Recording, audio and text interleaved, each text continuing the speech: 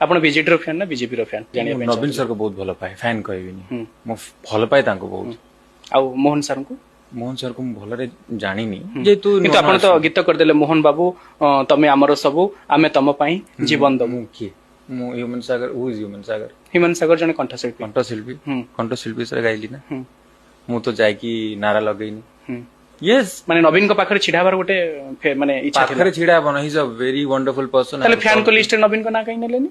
କୋଉଠି ଆପଣ ଯେତେବେଳେ ଫ୍ୟାନ ମାନଙ୍କର ଲିଷ୍ଟ ନାଁ କଲେ ଆପଣ ରାଜନୀତିକୁ ଆସିବେ ବୋଲି ମୁଁ କୋଉଠୁ ମୁଁ ଜାଣିନି। ମୁଁ ରାଜନୀତିକି ଯିବି ବୋଲି କି ବା ମୋ ପ୍ରଶ୍ନର ରାଜନୀତିରେ ମାନେ ଗୋଟେ ଲିଡର ହିସାବରେ ଯାହା ମୁଁ ଦେଖିଛି ମୋର ଏତେ ବର୍ଷ ହିସାବରେ ୱଣ୍ଡରଫୁଲ ହ୍ୟୁମାନ ଗାଏ କି ନବୀନ ସାର୍ କଥା ଯଦି କହିବି ଗ୍ରେଟ୍ ଜବ୍ ତାଙ୍କୁ ଏତେ ସମ୍ମାନର ସହିତ ଲୋକମାନେ ଭଲ ପାଇବା ବି ଦେଲେ ଆଉ ତାଙ୍କ କାମ ବହୁତ ବଢିଆ କଲେ ବହୁତ ସୁନ୍ଦର ଭାବରେ ମୋ ସହିତ ବି ମିଶିଛନ୍ତି ତ ଏଜ୍ ଏ ସିଙ୍ଗର ଆଇ ସାଙ୍ଗ ଦ ସଙ୍ଗ ଆଉ ସେଟା ବହୁତ ବଡ ହିଟ୍ ବି ହେଲା ଆଉ ସମସ୍ତେ ଖୁସି ହେଲେ ତାଙ୍କ କାମ ସେ କଲେ। କିନ୍ତୁ ମୋହନ ବାବୁଙ୍କ ଗୀତଟା ହିଟ୍ ହେଲାନି।